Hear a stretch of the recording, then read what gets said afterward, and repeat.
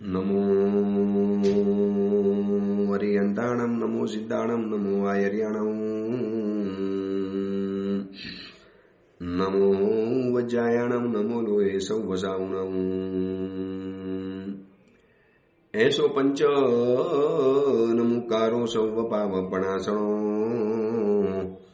મંગલાણમ ચ સૌવેસી પરમમ વૈ મંગલમ. મંગલમ ભગવાન વીરો મંગલમ ગૌતમ પ્રભુ મંગલમ સ્થૂલભદ્રાદ્યા જૈન ધર્મ સ્તુ મંગલમ. પ્રવચનનો વિષય છે નવી સવાર નવો વિચાર. આજથી લગભગ 1100 વર્ષ પૂર્વે બનેલો અને આશરે 300 જેટલા નીતિ સૂત્રોથી સુશોભિત નીતિ વાક્યામૃત નામનો આ ગ્રંથ એમ લાગે છે કે જાણે કે આપણી ઉપર એક રોજ વિચારોનો અભિષેક કરે છે. સવારના પૂર્વ દિશામાંથી સૂર્ય ઉગે અને એના રતુમડા કિરણો, એના લાલ કિરણો, એના મીઠા મીઠા સવારના કિરણો કેવા આપણને હૂંફ આપે. આ શિયાળાના સમયની અંદર, એ શિયાળાના સમયમાં એ સવારના સૂર્યના કૂણા કૂણા કિરણો કેટલી આપણને હૂંફ આપે. એમ લાગે જાણે કે સૂર્ય પણ આપણી ઉપર પક્ષાલ કરે છે, અભિષેક કરે છે. દેરાસરમાં જઈને જેમ આપણે પરમાત્મા ઉપર દૂધનો અભિષેક કરીએ છીએ, એમ જાણે કે વિચારોના દૂધનો અભિષેક આપણી ઉપર કરે છે. અને એ કરીને આપણને એમ કહે છે કે આ વિચારો એક જીવનનું બળ છે, આ વિચારો એ જીવનની તાકાત છે, આ જ વિચારો એ જીવનનો પાવર છે. અને આવા વિચારોથી જ વ્યક્તિની જિંદગી સુંદર બને છે, વ્યક્તિની જિંદગી રળિયામણી બને છે, વ્યક્તિની જિંદગી ઉત્તમ બને છે. અને પશુ અને માનવીના વચમાં ભેદ રેખા જ આ વિચાર છે. જે વિચાર કરીને જીવી શકે, વિચારીને જીવી શકે, વિચારીને પગલું ભરી શકે, એનું નામ છે માનવ. હવે જો પશુની પાસે પણ વિચાર શક્તિ નથી, માનવની પાસે પણ વિચાર શક્તિ નથી, અને આજે જે પરિવારોમાં તણાવ પેદા થયા, ઘરની અંદરમાં જે સંબંધોમાં કડવાહટ પેદા થઈ, કેમ થયું આવું? કારણ કે એકાદ વ્યક્તિ વિચારહીન પાકી. શું બોલવું જોઈએ એ બોલતા પહેલા વિચાર નથી કરતો, શું કરવું જોઈએ એ કરતા પહેલા વિચાર નથી કરતો, શું પહેરવું જોઈએ એ પહેરતા પહેલા વિચાર નથી કરતો, શું ખાવું જોઈએ એ ખાતા પહેલા વિચાર નથી કરતો. તો પશુ પણ નથી કરતો, માનવ પણ નથી કરતો, તો બંને સરખા થઈ ગયા. તો સાક્ષાત પુચ્છ વિષાણહીન એમ લખ્યું છે ભર્તૃહરિએ કે કદાચ પૂંછડા અને શિંગડા વિનાનો એ માણસ પશુ છે જેની પાસે વિચાર શક્તિ નથી. જ્યારે આ મહાત્માઓ આપણને આવા વિચારો આપીને આપણને વિચાર કરતા કરી મૂકે છે. હવે આ સૂત્ર આપણને કેટલા બધા વિચાર કરતા કરી મૂકે કે કેવી રીતે કરી શકાય. અપ્રિય કરનારનું મારે પ્રિય કરવાનું, પણ હાઉ, કેવી રીતે પોસિબલ છે? છે પોસિબલ છે તો જ આ મહાત્માઓએ લખેલું હશે. અને એક વાત સમજી રાખજો, દુશ્મનને માફ કરી દો, એનાથી વધુ એને કશું જ હેરાન નથી કરતું. તમે એક પ્રયોગ કરજો, આપણને હેરાન કરી મૂકનારા દુશ્મનને એમ થશે હવે મારી પાછળ પડી જવાનું. હવે માનો એક વ્યક્તિએ આપણને જબરજસ્ત ફોનમાં ગારો આપી અને ફોન કટ કરી નાખ્યો, એટલે ઓલો શું હશે, હમણાં આવશે ફોન, જો એ તમતમથી ગારો આપવાનો એ પણ સમજીને બેઠો હશે. એના બદલે ફોન પણ ન ગયો, કશું જ પણ ન ગયું. અને થોડા સમય પછી આપણે પૂછ્યું, ભાઈ મજામાં છો ને, કોઈ તકલીફ નથી પડી ને? ઓલો હેરાન થઈ જશે, યાર આ માણસ શું કરે છે? ભાઈ તમે મારી વાત સાંભળી? હા સાંભળીને ભાઈ, તમારી બધી વાત સાંભળી લીધી. મજામાં છો ને? કોઈ તમે તકલીફ નથી પડી ને? મને આટલી બધી ગાળ આપી, ગુસ્સો કર્યો, તકલીફ નથી પડી ને? ભાઈ થોડુંક શાંતિથી બોલ્યા તો વધારે સારું લાગત. ઓલો સાંભળનારો માણસ હેરાન થઈ જાય, હેરાન કે આ માણસ છે, મેં આટલી બધી તમતમથી ગાળ આપી. બાકી દુનિયામાં નિયમ છે, ગાળ આપો એટલે સામે 10 ગાળ સાંભળવા માટે મળવાની એટલે મળવાની. પણ એની સામે તમે એને માફ જ કરી દીધો, તમે એને કશું જ ન કીધું, ઉલટાનું તમે એનું પ્રિય કર્યું. એટલે દુશ્મનને માફ કરી દો, એનાથી વધુ એને કશું જ હેરાન નથી કરતું. આ તો દુનિયાનો નિયમ છે. દુશ્મનને ખબર છે કે મેં એની ઉપર હુમલો કર્યો એટલે મારી ઉપર કરશે જ. મેં એને લાકડી મારી એટલે મને લાકડી મારવા માટે આવવાનો, મેં એને શબ્દ બોલ્યા એટલે મને કહેવા માટે આવશે જ. પણ એની સામે તમે એને પ્રિય કરવા જશો, કારણ કે નીતિસૂત્ર બતાવે છે કે અપ્રિય કરતું હું ન પ્રિય કરણાત અન્યત મારણમ અસ્તિ. ઓલો અંદરથી એટલો બધો ખલબલી જશે, હલી જશે, એને ભૂકંપનો ઝાટકો લાગશે કે યાર પહેલી વાર આવો ઇન્સાન જોયો. એ જવાબ જ નથી આપતો, કશું નથી બોલતો, કોઈ ચીજ નથી કરતો. જ્યારે ચંડકોશી કે ભગવાન મહાવીરને ડંખ માર્યો ને, ડંખ મારે સીધો પાછળ હટી જાય.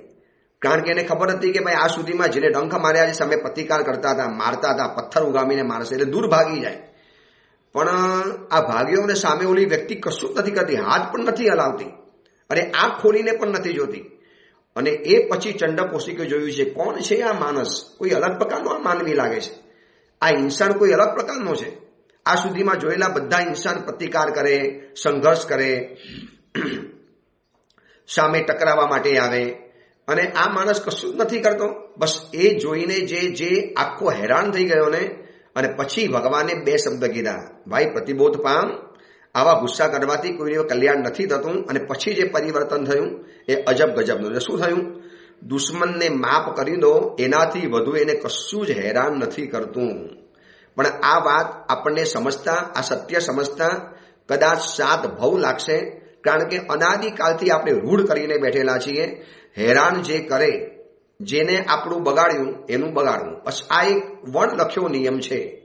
ભાઈ એને મારા ઘરમાં પથ્થર ફેંક્યો તો મારે પથ્થર ફેંકવાના, એને મારા ઘરે કચરો ફેંક્યો મારે ફેંકી દેવાનો, એને મારી સામે આટલું કર્યું મારે સામે કરી દેવાનું. ભાઈ આ તો દુનિયાનો નિયમ છે, આ જ ચાલ્યું આવતું હતું. પણ કંઈક અલગથી કરવું હોય તો આટલું કરવું પડશે. અને બીજી એક વાત સમજવા જેવી છે, બધા સાથે લડતા રહીને જીતતો રહે એવો એક પણ માણસ આ જગતમાં પાક્યો નથી. ફરી વખત આ વાક્ય મેં પણ જ્યારે વાંચ્યું ત્યારે મેં મારી ડાયરીમાં લખી નાખ્યું. એટલું બધું આ વાક્ય ગમી ગયું કે બધાની સાથે લડતા રહીને જીતતો રહે, सबके साथ लड़ता है और फिर भी जीत पाता रहे, ऐसा एक भी इंसान इस दुनिया में बना नहीं है. આપણે એમ કહીને મહારાજી તો પછી હું લડી લઈશ એની સામે. ભાઈ બધે લડવાથી જીત નથી મળતી, કોઈક જગ્યાએ જતું કરવાથી પણ જીત મળતી હોય છે, પણ આપણે માનવા તૈયાર નથી. કારણ કે આપણે એવો અનુભવ નથી કર્યો કે જતું કરીએ, અપ્રિય કરનારનું પ્રિય કરીએ, અપ્રિય કરનારનું હિત કરવા જઈએ, અપ્રિય કરનારને પણ આપણે ખબર અંતર પૂછવા જઈએ, દુશ્મનને પણ પૂર્ણ પ્રેમથી ક્ષેમ કુશલ પૂછનારા, ઓમ ક્ષમતાના ધરનારા, તારા જીવન રહસ્યો ન્યારા. શાંતિલાલ સાહેબ પરમાત્મા મહાવીર માટેના જે ગીતો બનાવેલા છે, અફલાતૂન ગીતો છે, એમાંથી ગીત છે, દુશ્મનને પણ પૂર્ણ પ્રેમથી ક્ષેમ કુશલ પૂછનારા, ઓ ક્ષમતાના ધરનારા, તારા જીવન રહસ્યો ન્યારા. માથાવાર દુશ્મન છે, 6 મહિના સુધી જેને રંજાડ્યા છે, એવા સંગમ દેવતાના માટે પણ પ્રભુએ 2 આંસુના બુંદ પાડી લીધા, એનું ક્ષેમ કુશલ પૂછ્યું. અને એ ભગવાન મહાવીર હતા. આપણે એના પગલે ચાલવાવાળા માણસો શું આપણે એમ માનીએ બધે લડીશ જીતી લઈશ? બધાની સાથે લડતા રહીને જીતતો રહે એવો એક પણ માણસ આ દુનિયામાં પાક્યો નથી. सबके साथ लड़ता रहे और जीत पाता रहे, ऐसा एक भी इंसान, ऐसा एक भी आदमी, ऐसा एक पुरुष, एक व्यक्ति इस दुनिया में कभी बना नहीं है, नहीं बनेगा. ક્યારેક તમારે છોડવું પડશે, છોડવું પડે એ પણ બહુ મોટી વસ્તુ ગણાતી હોય છે. તો હવે કેવી રીતે આ સૂત્રને જીવનમાં એપ્લાય કરવાનું? કારણ કે અનાદિકાલથી આ એક ટેવ રૂઢ બની ગઈ છે. બોલ્યા એટલે આપણે બોલી લેવાનું, આપણું બગાડ્યું એટલે આપણે એનું બગાડી લેવાનું, આપણું અપ્રિય કર્યું એટલે આપણે એનું પણ અપ્રિય કરી લેવાનું, આપણને અણગમતું કર્યું એટલે આપણે પણ એનું અણગમતું કરી લેવાનું, હેરાન કર્યો એને આપણે હેરાન કરવાનું. બસ આ એક નિયમ છે. હવે એમાંથી બહાર નીકળવું હોય તો 4 રસ્તા છે, 4 અલગ અલગ ચીજ છે. એમાંથી 2 કરવા જેવી છે, 2 નથી કરવા જેવી. આ એક રસ્તો છે. પહેલા નંબરની અંદરમાં અપ્રિય કરનારનું પ્રિય કરવા સિવાય બીજું કોઈ મારણ નથી. મારણ એટલે એનો અંતિમ રસ્તો આ જ છે કે ભાઈ તમે દુશ્મનને માફ કરી દો.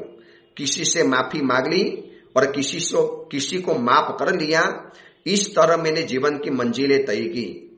मैंने जीवन की मंजिलें ऐसी ही तय करी, इसी तरह मैंने मेरी जिंदगी जी ली.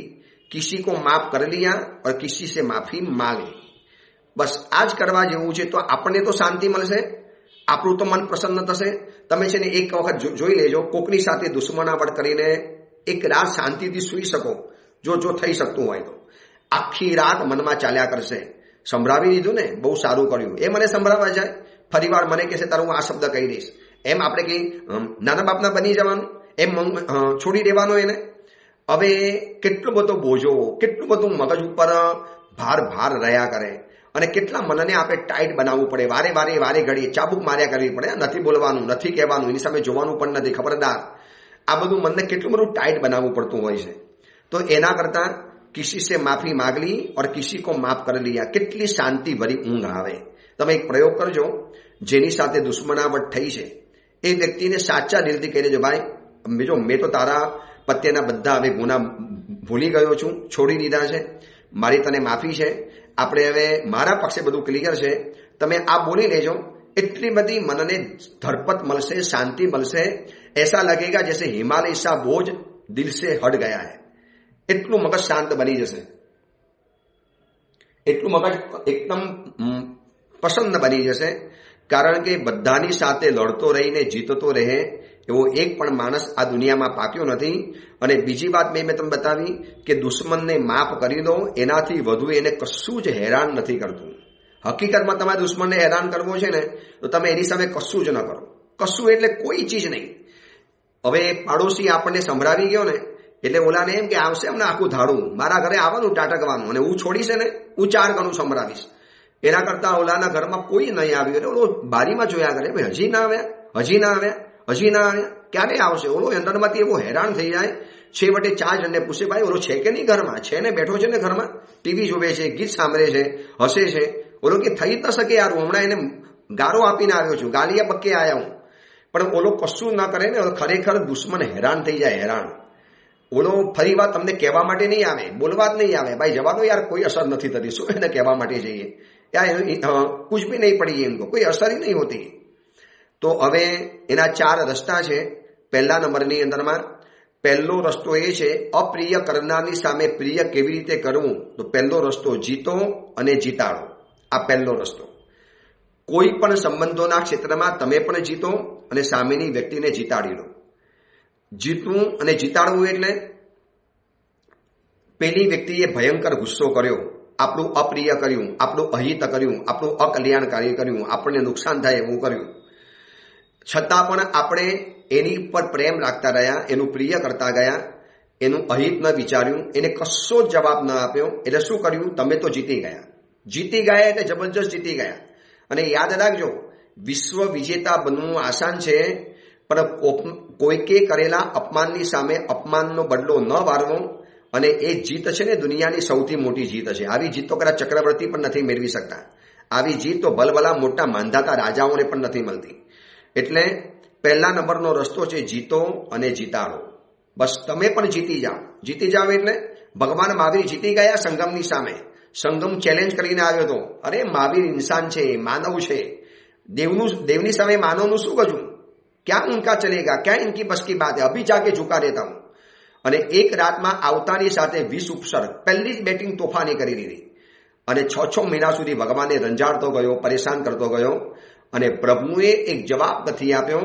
એની સામે પરમાત્માએ હેરાન નથી થયા, ભગવાને એની સામે આક્રોશ વ્યક્ત નથી કર્યો. પ્રભુ જીતી ગયા. અને પ્રભુએ શું કર્યું? સંગમને પણ જીતાડ્યો. એટલે એને નીચો નથી બતાવ્યો. એની સામે એ વ્યક્તિને હીન ભાવના ઊભી થાય, ગિલ્ટી ફીલ ઊભી થાય, એવું પણ નથી કરવા દેવું. આપણે જીતવું છે અને જીતાડવું છે. બસ આ બે. પહેલો રસ્તો તો આ છે, પણ બહુ મોંઘો રસ્તો છે. આ મોંઘો એટલે હવે અનંતકાળથી જે આપણે જે ટેવ પડી ગઈ છે ને, અનાદિકાળની જે રૂઢ ટેવ, બદલાની સામે બદલો લેવો, પ્રતિકારની સામે પ્રતિકાર કરવો, અપમાન સામે અપમાન, ગાર સામે ગાર, માર સામે માર, પથ્થર સામે પથ્થર, ઈંટની સામે ઈંટ, આંસુની સામે હિંસા, આ બધું જે આપણને રૂઢ બની ગયું છે ને, એની સામે આ રસ્તો થોડો કઠિન પડશે, પણ બહુ બેસ્ટ રસ્તો છે. ધ બેસ્ટ વે, સારામાં સારો રસ્તો આ છે. જીતો અને જીતાડો. બસ મારે પણ જીતવું છે અને સામેની વ્યક્તિને પણ મારે જીતાડી બતાવી છે. એને પણ કોઈ હીન ભાવ નથી ઉભો કરવો. ઘણા શું થાય ખબર છે? જીત્યા ખરા, મહિના સુધી જીતી અને સામે પિતાજીને પણ જીતાડ્યા. જ્યારે પિતાજી હારી ગયેલા માફી માંગવા માટે આવ્યા, મૈડા મને ખબર નહીં કે તું તો કેટલી બધી મહાન બની ગઈ, તારો સિપાલ પતિ કેટલો અદ્ભુત બની ગયો, તું તો યાર જબરજસ્ત 9 સામ્રાજ્યના માલિક બની ગયા, 9 પત્નીની પટરાણી બની ગઈ, યાર કહેવું પડે, મને માફ કરી દે. તમને ખબર છે એ સમયમાં મૈણાએ શું કીધું? પિતાજી તમને માફી શેના માટે આપું? તમારો વાંક જ નથી મેં ગણ્યો. પિતાજી તમે આવું બધું મનમાં નહીં વિચારો, આમાં તમારો કોઈ વાંક જ નથી. યા નહીં તુમ વાંક, આમાં તમારો કોઈ अपराध नहीं, इसमें आपको कोई गुनाह ही नहीं है, आपको कोई इल्जाम ही नहीं है. मैं आपको क्यों दोषारोपण करूं, मैं आपको क्यों दोष लगाऊं? बस આ શું કર્યું? પિતાને પણ જીતાડ્યા. એટલે પહેલા નંબરમાં તાકાત હોય તો આ બધા મહાપુરુષોની જેમ, તીર્થંકરોની જેમ. હવે કદાચ વર્તમાન સમયમાં તો આપણી આવી તાકાત નથી કે જીતો અને જીતાડો. તો બીજો રસ્તો છે જીતો હવે બીજો ખોટો રસ્તો છે જીતો અને હરાવો. આ સામે એકદમ ઊંચામાં ઊંચો રસ્તો, એનાથી થોડોક નીચો રસ્તો છે જીતો અને હરાવો. જે રસ્તે આપણે ચાલવાનું નથી છતાં પણ જાણવું તો પડશે ને કે જે રસ્તે નથી જવું એ રસ્તાની પણ જાણકારી મેળવવી પડે. ખાલી જવું છે રસ્તાની નહીં, જે રસ્તે નથી જવું એની પણ જાણકારી મેળવવી પડે. તો પહેલા નંબરમાં તો છે જીતો અને જીતાડો. તમે પણ જીતો અને સામેની વ્યક્તિને પણ જીતાડો. ભગવાન મહાવીરે ચંડકોશિકને જીત્યો, ચંડકોશિક સામે જીત્યા અને પ્રભુએ એને પણ જીતાડ્યો. એવો જીતાડ્યો કે એને 8મા દેવલોકમાં પહોંચાડી દીધો. પ્રભુએ ગોશાલાની સામે એવી જીત પ્રાપ્ત કરી અને ગોશાલાને પણ એવો જીતાડ્યો કે ગોશાલો પણ દેવલોકની અંદરમાં પહોંચી ગયો, જે નરકમાં જઈ શકતો હતો. પ્રભુની સામે જેને તેજોલેશિયા ફેંકી, કેટલું બધું પરમાત્માનું અપ્રિય કર્યું. ખાલી ભગવાન મહાવીર માટે પણ આપણે વિચારીએ ને, આપણું મસ્તક 100 બાર ઝૂકી પડે પ્રભુના ચરણોની અંદરમાં. પ્રભુ આપણી ઉપર તેજોલેશિયા ફેંકી 12.5 કન્ટ્રી, 12.5 દેશોને બારીને ભસ્મ કરી શકે એટલી ભયંકર તેજોલેશિયા પ્રભુ ઉપર ફેંકી. તીર્થંકરનું શરીર મેરુ પર્વત જેવું મજબૂત હોય, વજ્ર ઋષભ નારાયણ સંગણવાળું હોય, છતાં પણ પ્રભુને એના કારણે 6 મહિનાના લોહીના ઝાડા થઈ ગયા. પ્રભુનું શરીર થોડુંક શ્યામ પડી ગયું. આટલી હદે પરમાત્માનું બગાડનારો, માથા ઉપર કાલચક્ર ફેંકનારો સંગમ પ્રભુએ બધાને જીતાડ્યા. પોતે તો જીતી બતાવ્યું. બધાની સામે પરમાત્મા અન્નમ રહ્યા, ન ઝૂક્યા, ન દ્વેષ ભાવ પેદા કર્યો, ન અશુભ ભાવ પેદા કર્યો, ન અસદ ભાવ પેદા કર્યો. સામેની વ્યક્તિ ઉપર મનમાં થોડો પણ દ્વેષ પેદા નથી કર્યો.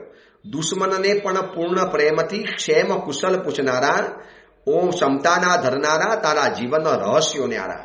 પ્રભુ તમારા જીવનના રહસ્ય બહુ અજબ ગજબના છે. હું તો જ્યાં લાગે ત્યાં સીધો પ્રતિકાર, સીધો બોમ્બાઇન્ડિંગ, સીધા એની પર તૂટી પડવાનું. બસ સામે એને જેટલા કીધા એનાથી 4 ગણા શબ્દો સંભળાવી દેવાના, તો જ મને શાંતિ થાય. દુનિયા એને પાછું બહાદુર ગણે છે, દુનિયા એને મર્દ ગણે છે. ભાઈ મર્દાનગી બતા દી आपने सीना तान के बता दिया, 56 का सीना बता दिया. 56નો સીનો તો એને કહેવાય જીતો અને જીતાડો. અપ્રિય કરનારનું પણ પ્રિય કરવા જવું, આના સિવાય બીજો કોઈ રસ્તો નથી બતાવ્યો. હવે બીજા નંબરનો રસ્તો છે જીતો અને હરાવો. હવે આપણે તો જીતી ગયા, પણ સામેની વ્યક્તિને આપણે હરાવી દીધી. હરાવી દીધી એટલે આયા था ना मेरे सामने, बड़ी होशियारी मारने आया था, बड़ा पंगा लेने आया था मेरे सामने, देख लिया, अभी दोबारा मेरे सामने मत आना, चल हट, निकल जाए यहाँ से. ઓલો બચારો નીચું મોઢું કરીને તમારી સામેથી નીકળી જાય અને હવે તમારાથી ડરે, તમારાથી કાપે, તમારાથી થરથર ધ્રુજે. તો આ તમે શું કર્યું ખબર? આપણે શું કર્યું? જીત્યા અને સામેની વ્યક્તિને હરાવી દીધો. હવે વ્યક્તિ તમારી સાથે બોલશે નહીં, તમારાથી બોલતા ડર લાગશે એને. भाई ये व्यक्ति बहुत खतरनाक है भाई, मैं तो उनके सामने गया था मगर पंखा लेने गया था मगर भाई नहीं चला, मेरा भी नहीं चला. અને આવું એ વ્યક્તિને મનમાં થઈ જાય. આપણે એને જીત માનતા હોઈએ છીએ, પણ પામર ઝઘડાઓ માટે આ જિંદગી નથી. જીવવાનો રસ કરમાઈ જાય એવા પરાક્રમો કરવામાં કોઈ મોટી વાત નથી ભાઈ.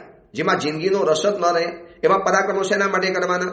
દરેક સંઘર્ષ આપણી શાંતિની સ્મશાન યાત્રા કાઢે છે, યાદ રાખજો. દરેક સંઘર્ષ આપણી શાંતિની સ્મશાન યાત્રા કાઢી લે. સંઘર્ષમાં જીતે અને હાર આ બધું છે ને, બધું ચાલ્યા કરે છે. પણ આપણે હારવું નથી, આપણે જીતવું પણ છે ને જીતાડવો છે. બીજા નંબરમાં આપણે જીત્યા, ચલો એ પક્ષે બહુ સારી વાત છે, આપણે જીતી ગયા. આપણે સામે ન ગાર આપી, ન પ્રતિકાર કર્યો, ન સામે આપણે લાકડી મારવા ગયા, ન આપણે એને આંસુનો બદલો લેવા માટે ગયા. આપણને એને ચિકાર આંસુ પડાવડાયા, બહુ આંસુ પડાવડાવ્યા. એક સાસુમાં હતી જેને પુત્રવધૂને પોતાના યુવાનીના સમયમાં રોપ મારીને બહુ રીબાવી, ભયંકર રીબાવી, સારામાં સારી પુત્રવધૂને રીબાવી. હવે જ્યારે સાસુ ઘરડા બન્યા છે, પેરાલિસિસનો એટેક લાગ્યો છે, ઝટકો લાગ્યો છે, શરીર બિલકુલ પથારીમાં છે, અને એ પુત્રવધુ એમના પેશાબ, એમનો ઝાડો, એમની વિષ્ટા, એમના કપડાં આ બધું જ હસતા મોઢે સહન કરે છે. અને બોલાતું નથી, પણ સાસુમાની આંખમાંથી દર્દ આંસુ પડે છે. બોલાતું નથી, અસ્પષ્ટ અવાજ કહે છે ધૂસતા હાથે, બેટા તે ખરેખર તું મારી સેવા કરે છે, મેં તને કેટલી બધી હેરાન કરી.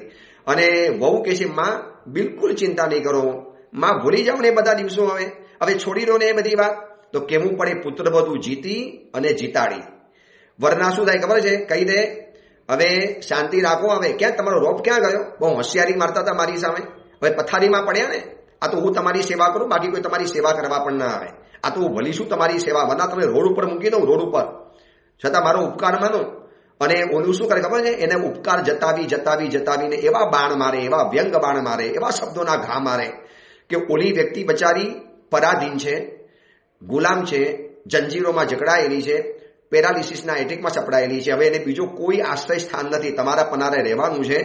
તમે એને જીત્યા, એની સામે જીત્યા, પણ જ્યારે એનો સમય આવ્યો ને, એનો કપરો સમય, ત્યારે તમે એને એ બધી જૂની વાતો યાદ કરાવ્યા દો. વારે ઘડી તમે એને પિન પોઈન્ટ કર્યા કરો.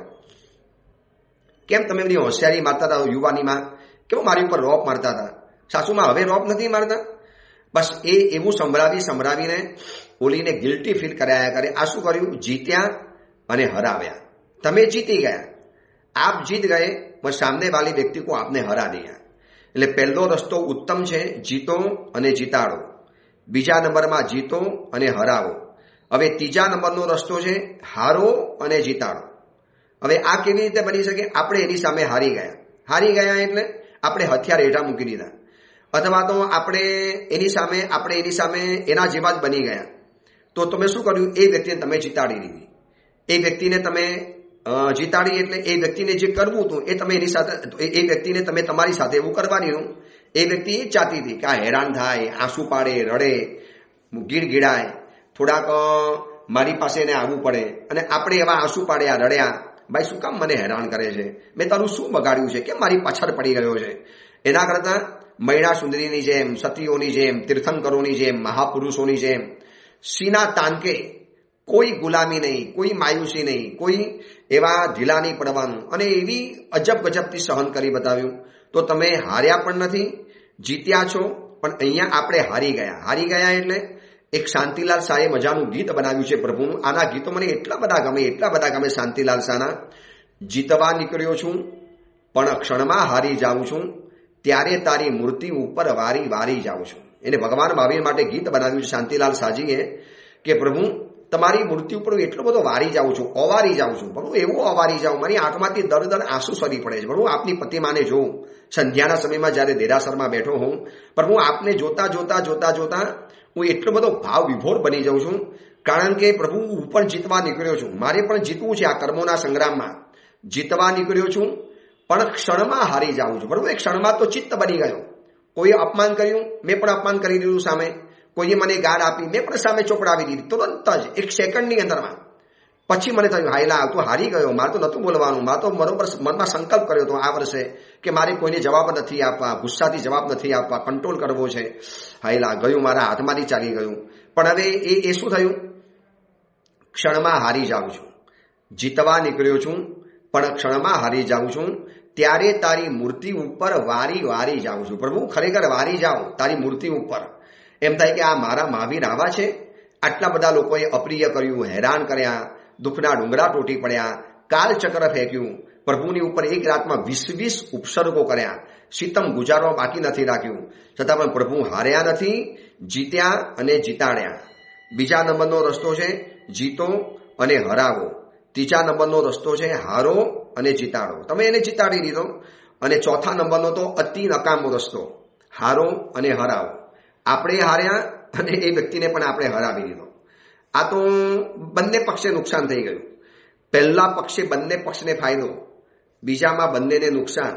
હવે વચલો જે વિકલ્પ છે બીજો અને ત્રીજા નંબરનો, એમાંથી કદાચ આપણે જીતવું છે, હરાવવું નથી.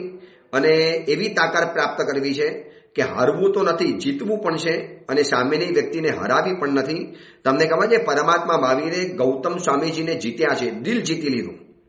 અને દિલ તમે એકવાર વ્યક્તિનું જીતી લો ને, પછી એ વ્યક્તિ તમને ભગવાન તરીકે માનશે, ભગવાન તરીકે. બસ આ અપ્રિય કરતું ન પ્રિય કરણાત અન્યત મારણમ અસ્તિ. અંધકારને હટાવવો છે તો અંધકારની સામે અંધકારથી કામ નહીં ચાલે, ત્યાં તમારે દીવો જલાવવો પડશે. અને એક વાત બતાવું, બહુ વખત પહેલા મેં પૂજ્ય રત્નસુંદર સુરીમાનનું પ્રવચન સાંભળ્યું હતું, કદાચ ગોધરામાં સાંભળ્યું હતું, ગોધરામાં. અને ત્યાં પ્રવચન બહુ સરસ વાત કરેલી હતી કે મહાભારતને અનુલક્ષીને વાત કરતા હતા કે દુર્યોધનને હરાવવો હોય તો તમારે શ્રી કૃષ્ણ કે અર્જુન બનીને જ હરાવવો પડશે. દુર્યોધનને દુર્યોધન બનીને તમે હરાવી નથી શકતા. કેટલી મજાની વાત. પહેલા તો આ વાત બેઠી નહીં, પણ સાહેબે પછી પ્રવચનમાં જે છણાવટ કરી કે ભાઈ લોડાથી લોડું નહીં કપાય, અગ્નિથી અગ્નિ નહીં શાંત થાય. એમ તમારે દુર્યોધનને હરાવો છે, તમે દુર્યોધન બની જવાના, તો બે દુર્યોધન ભેગા થશો તો ઓર વધારે આગ લાગશે. દુર્યોધનને હરાવો છે તો તમારે શ્રી કૃષ્ણ કે અર્જુન જ બનીને તમારે હરાવવું પડશે. ભલે દુર્યોધન અન્યાયના માર્ગે ચાલ્યો, અનીતિના માર્ગે ચાલ્યો, એને ખોટી રીતે જુગારમાં હલાવ્યા, દ્રૌપદીનું વસ્ત્રાહરણ કર્યું, તો આપણે સામે એવું કરવાનું. હવે માનો અર્જુને પણ એમ કર્યું હોત કે દુર્યોધને મારી પત્નીના વસ્ત્રાહરણ કર્યું ને, તો દુર્યોધનની પત્ની હતી ભાનુમતી, એનું પણ વસ્ત્રાહરણ હું કરું. તો દુનિયા આજે અર્જુનને યાદ ન કરે, આજે શ્રી કૃષ્ણને યાદ ન કરે. આજે અર્જુનને એટલા માટે યાદ કરે છે કે અર્જુને દુર્યોધનને અર્જુન બનીને હરાવ્યા છે, દુર્યોધન બનીને હરાવ્યા નથી, અને નથી હરાવી શકતા. તમે ગુંડાને ગુંડા બનીને નહીં હરાવી શકો, તમે ટપોડીને ટપોડી બનાવીને નહીં હરાવી શકો, તમે ગુનેગારને ગુનેગાર બનીને નહીં હરાવી શકો, અધમ માણસને અધમ બનીને નહીં હરાવી શકો. તમારે ઉત્તમતા સામે બતાવી જ પડશે. અને આ વાત છે ને વ્યક્તિગત લેવા, પહેલા એક ખુલાસો કરી લો, આ વાતને વ્યક્તિગત લેવાની છે. અધમ વ્યક્તિએ મારું અપમાન કર્યું તો મારે સામે અપમાન કરવા નથી જવાનું, આ મારી વ્યક્તિગત વાત છે. પણ માનો દેવ ગુરુ ધર્મ ઉપર, આપણા દેશ ઉપર, સમાજ ઉપર, એની ઉપર કોઈ દુશ્મનો હુમલો કરવા માટે આવે કે અધમ માણસો આવે, તો પ્રતિકાર કરવાનો છે, યુદ્ધ લડવાનું છે, ત્યાં સંઘર્ષ કરવા, સામનો કરવાનો છે, ધર્મ બચાવવો છે, દેશ બચાવવો છે, પરિવાર બચાવવો છે, સમાજ બચાવવો છે, મારે સમાજની રક્ષા કરવી છે. આ બધું છે ને વ્યક્તિગત બાબત માટે છે. મારું વ્યક્તિગત કોઈએ અપમાન કર્યું તો મારે અપ્રિય કરનારનું અપ્રિય નથી કરવું, મારે પ્રિય કરવું છે. બહુ પ્રેક્ટિકલ પણ મારા જાણવા જેવી છે. એટલે કોઈને એમ લાગશે કે સાહેબ પછી કોઈ આપણા ભગવાન માટે બોલી જાય, કોઈ આપણા ગુરુ માટે જેમ તેમ બોલી જાય, કોઈ આપણા સમુદાય માટે જેમ તેમ બોલી જાય, અથવા તો કોઈ આપણા ધર્મગ્રંથો માટે જેમ તેમ બોલી જાય, તો એ પણ માફ કરી દેવાનું, એનું પણ અપ્રિય નહીં કરવાનું, અપ્રિય નથી કરવાનું. પણ એને તમારે રસ્તો તો બતાવી દેવો પડે. દેખ ભાઈ, ऐसा मत समझ मुझे तू थप्पड़ मारेगा ने तो मैं सहन कर लूंगा, मगर तू मुझे थप्पड़ मारकर चलेगा मैं सहन कर लूंगा, मगर मेरे धर्म के बारे में, मेरे देव गुरु के बारे में, मेरे गुरु भगवंतों के बारे में, मेरे धर्म ग्रंथों के बारे में तू कुछ भी अनाप शनाप बोला तो फिर मैं छोड़ूंगा भी नहीं, हम कभी किसी को छेड़ते नहीं और छेड़ने वाले को छोड़ते भी नहीं. भाई આ એ પછી મારું નિયમ છે. એટલે આ બધું જે છે ને અપ્રિય નહીં કરવું, આ બધું આપણા વ્યક્તિગત માટે. વ્યક્તિગત અપમાનોને તો સહન કરી લેવાના, કડવા ઘૂંટડા પી લેવાના, એમાં શું મોટી વાત છે. મારું પોતાનું કર્મ ઓછું હતું, એને મને હેરાન કરી દીધો, અને તમે એવું સહન કરશો ને તો સામેવાળી વ્યક્તિ ખરેખર ઝૂકી જ જવાનું છે. તમે એક પ્રયોગ કરજો, એ વ્યક્તિ સામે નહીં ટકી શકે. મેં તમને કીધું ને કે દુશ્મનને માફ કરી દો, એનાથી વધુ એને કશું જ હેરાન નથી કરતું, એ તમે હેરાન કરી જ નહીં શકો. એટલે આમ જોવા જઈએ તો આ સૂત્રમાં છે ને ધર્મ અને નીતિ અહીંયા એક થઈ ગઈ છે કે અપ્રિયકારીને મૂળ ભેગો ઉખેડી નાખવો, આવી એક ચાણક્ય નીતિ છે. પણ આ સોમદેવ નીતિ છે, આ સોમદેવ સુરેશ્વરજી માસે નીતિ છે કે તમે જેની સાથે વાંધો છે તેને તમે ગમે એટલું પરેશાન કરો તો એ મચક તો આપવાનો જ નથી, ઉલટાની વેરગાંઠ મજબૂત થવાની છે.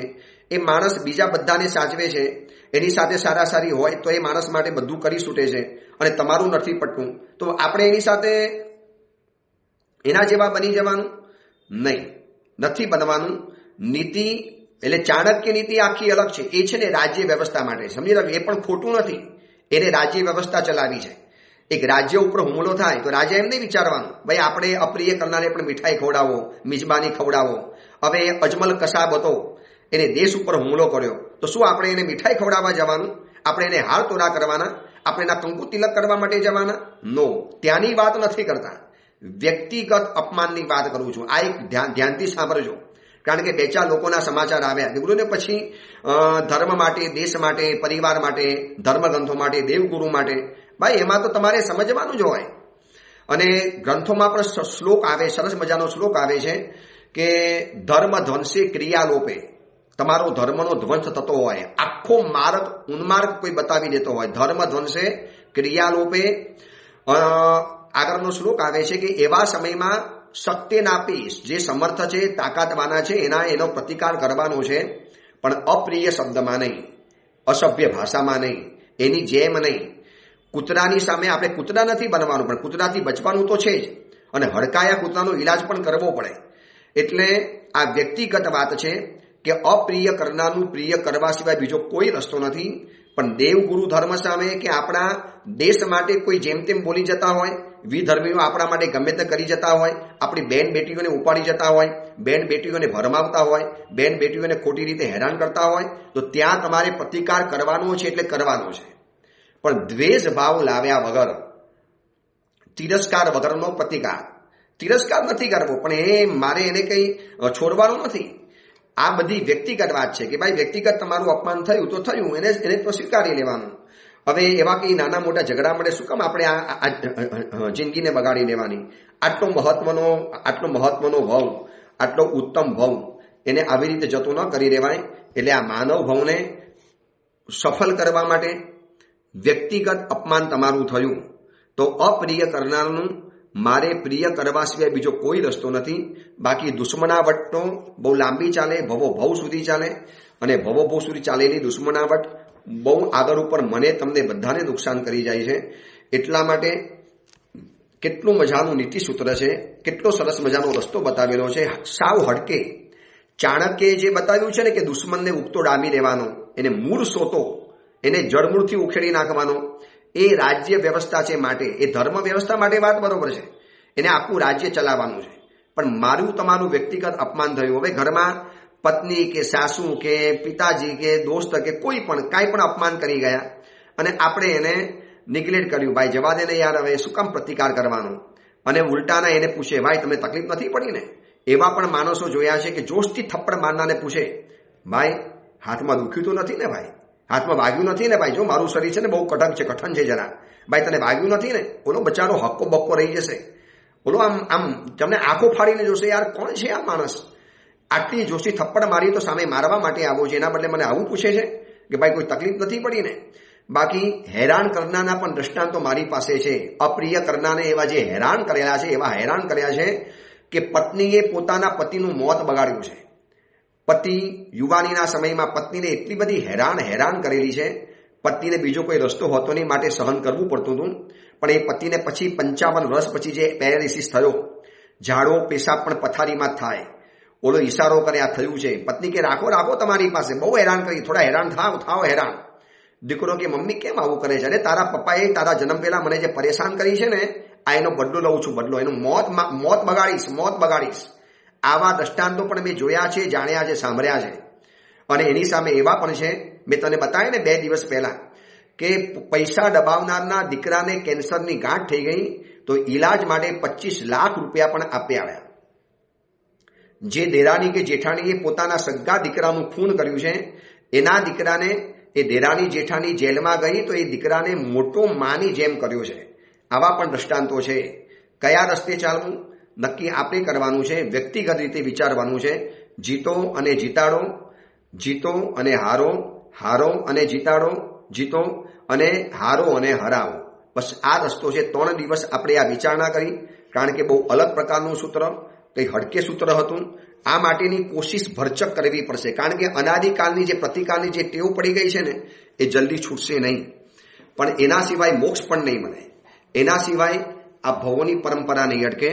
એટલે પ્રભુની પાસે માગણી કરી કે પ્રભુ એવું ઉદાર દિલ આપો, એવી તાકાત આપો કે દુશ્મનને પણ પૂર્ણ પ્રેમથી ક્ષેમ કુશલ પૂછનારા, બસ આવું મારા જીવનમાં તાકાત આવી જાય. બસ એ જ મંગલ કામના, મંગલ ભાવના. સુરતથી વિહાર કરતા ઔરંગાબાદ છત્રપતિ સંભાજીનગર પહોંચી ગયા છીએ. 4 દિવસ અહીંયા સ્થિરતા કરી, વળી પાછો અહીંયાથી જાલના તરફ જશું.